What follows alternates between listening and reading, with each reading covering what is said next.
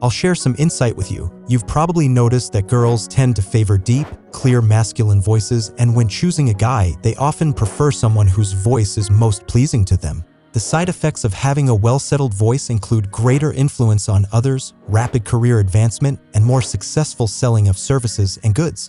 Now, pay close attention to what I'm about to say. Scientists studying the brain have long known that the arousal center in girls is close to the speech processing center. Therefore, a pleasant, deep male voice excites them just like a lovely blue-eyed girl kneeling in front of you excites you. Now that you know all this, you have a chance to easily get what you want and be more successful than guys who rely solely on money and catering to girls. Some are naturally blessed with good diction, but will be the first on the scene because those who rely solely on luck don't engage in development and, in the long run, end up trailing behind. The first exercise is called strobe bass, or more widely known as an annoying vocal fry register. Sit up straight, drop your shoulders, and imagine that at the bottom of your abdomen there's a deep lake. Suddenly, bubbles rise from this lake. They travel through your esophagus, chest, and throat, warming everything around. Release these bubbles by relaxing your throat and saying the word strobe bass, but making the vowels especially long like this.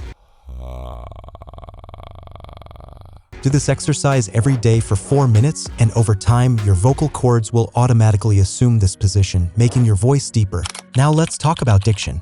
If you didn't know, starting with tongue twisters is a mistake I fell into on the path to improving diction. It's like attempting to lift 300 kilograms in squats without knowing the correct technique. Nothing good will come of it. So, I'll provide the most effective exercise that, in just 3 minutes a day, will work on your jaw, tongue, and lips. The exercise is called ecclesiastical reading. It simultaneously works on your jaw, tongue, and lips, essentially all the muscles responsible for your speech. Take any text, specifically a regular text, not a tongue twister, and read it slowly, pronouncing each syllable, every vowel, and consonant. Do this exercise for 2 to 3 minutes a day. It's not worth doing more, especially at first. As a result, you'll put strong tension on the facial muscles. I'll let you in on a secret. You've never strained them before this moment, so there might be some discomfort. Pay attention to the quality of execution. It's strictly forbidden to swallow syllables. It's better to record yourself on a recorder to hear which syllables you find challenging and work on them separately.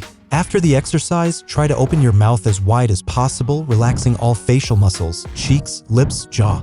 This will relieve tension and accelerate progress in improving your speech. You shouldn't immediately increase the reading speed. The key task of the exercise is to correctly pronounce each sound. Over time, add to this exercise the vocal cord position I explained in the strobe bass exercise. And subscribe to my YouTube channel. There's much more useful information there that you can apply today. See you next time.